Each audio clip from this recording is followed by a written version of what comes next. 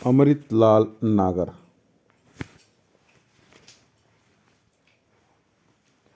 1916 से 1990। अमृतलाल नागर हिंदी के महान उपन्यासकार हैं। ऐतिहासिक उपन्यासों की अपेक्षा इनके सामाजिक उपन्यास अधिक सफल हैं। इस हेतु ये प्रेमचंद एवं यशपाल के उत्तराधिकारी सिद्ध होते हैं। नागर जी के उपन्यासों में भारतीय संस्कृति की व्यापकता, विशिष्टता एवं भव्यता के दर्शन होते हैं। प्रमुख उपन्यास हैं इनके महाकाल। 1946 में प्रकाशित ये नागर जी का प्रथम उपन्यास है महाकाल। महाकाल उपन्यास में 1943 में बंगाल में भयंकर दुर्भिक्ष यानी अकाल का वर्णन है। यह दुर्भिक्ष देवी का प्रकोप नहीं था। तत्कालीन ब्रिटिश सरकार, सरकारी अफसर एवं पूंजीवादी व्यापारी वर्ग के षड्यंत्र के कारण अकाल की स्थिति उत्पन्न हुई थी। नागर जी ने एक स्कूल के हेडमास्टर पाचू गोपाल को केंद्र में रखकर अकाल की विभीषिका का चित्रण किया है। प्रमुख पात्र हैं महाकाल के पाचू गोपाल जो कि हेडमास्टर है, दयाल चंद जमींदार है और मुनाई केवट एक पूंजीपति है। महाकाल 1946। अगला उपन्यास है अमृतलाल नागर का बूंद और समुद्र जो कि 1956 में प्रकाशित हुआ। इस उपन्यास में प्राचीन रूढ़ियों का खोखलापन, जाति भेद की व्यर्थता, पूंजीवाद का विरोध, राजनीतिक यांत्रिकता का चित्रण किया गया है। बूंद और समुद्र 1956 में प्रकाशित उपन्यास के प्रमुख सूत्रधार जो हैं वो है बाबा राम जी, जो पूर्णतः गांधीवादी है, और उपन्यास के सर्वाधिक महत्वपूर्ण जो पात्र है वो है ताई। अन्य पात्र हैं सज्जन, वन कन्या और महिपाल। डॉक्टर नागेंद्र जो हैं बूंद और समुद्र 1956 के बारे में लिखते हैं। बूंद और समुद्र क्रमशः व्यक्ति और समाज का प्रतीक है। लखनऊ के चौक के रूप में इस उपन्यास में भारतीय समाज के विभिन्न रूपों, रीतियों, नीतियों, आचार विचारों, जीवन दृष्टियों, मर्यादाओं, टूटती निर्मित होती व्यवस्थाओं का अनगिनत चित्रण है।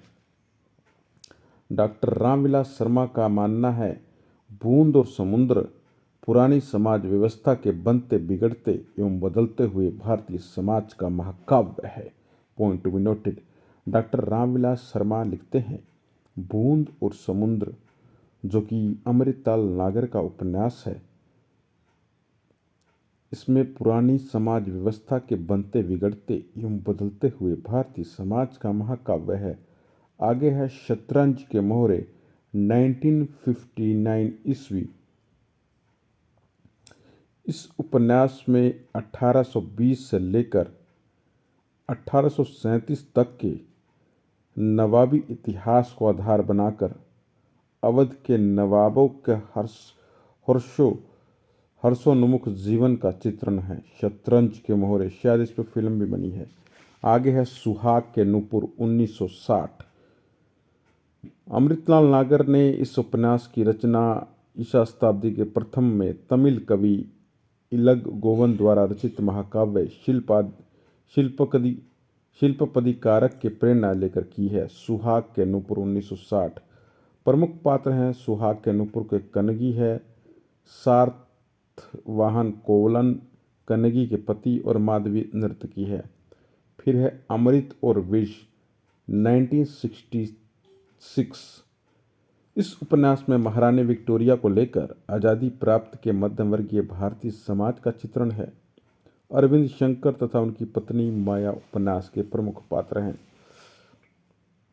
आगे है मानस के हंस 1972। ये जो है अमृतलाल नागर जी का बेहद ही महत्वपूर्ण उपन्यास है मानस के हंस। इस उपन्यास में गोस्वामी तुलसीदास की प्रामाणिक जीवनी उपन्यास है।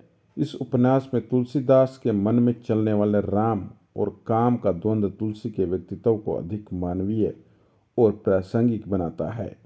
दूसरी ओर उनके जीवन का आर्थिक अभाव, अपमानपूर्ण स्थितियाँ, छोटी जाति की पार्वती के द्वारा इनका पालन पोषण, सतत भटकाव, टकराहट आदि प्रवेशगत सच्चाइयाँ हैं।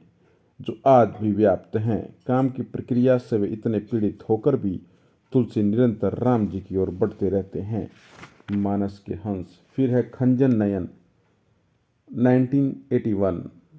यह मानस के हंस की परंपरा का दूसरा उपन्यास है। इस उपन्यास में चरित्र नायक महाकवि सूरदास हैं।